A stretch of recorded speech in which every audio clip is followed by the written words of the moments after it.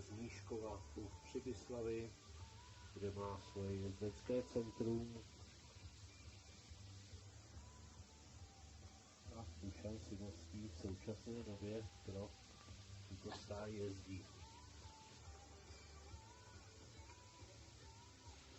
HD Cash je 4letý hřebec Holštín po Cash Price z matky Paula pod Newton, majitelkou Jarmila Přehlíková.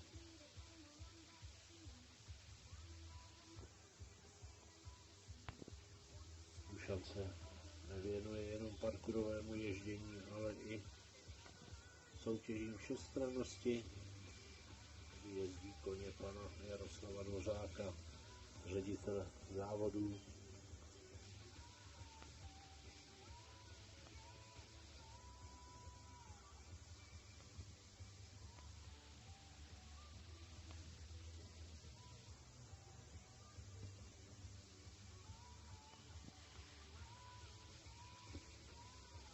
Takže poslední dvě překážky základního kola.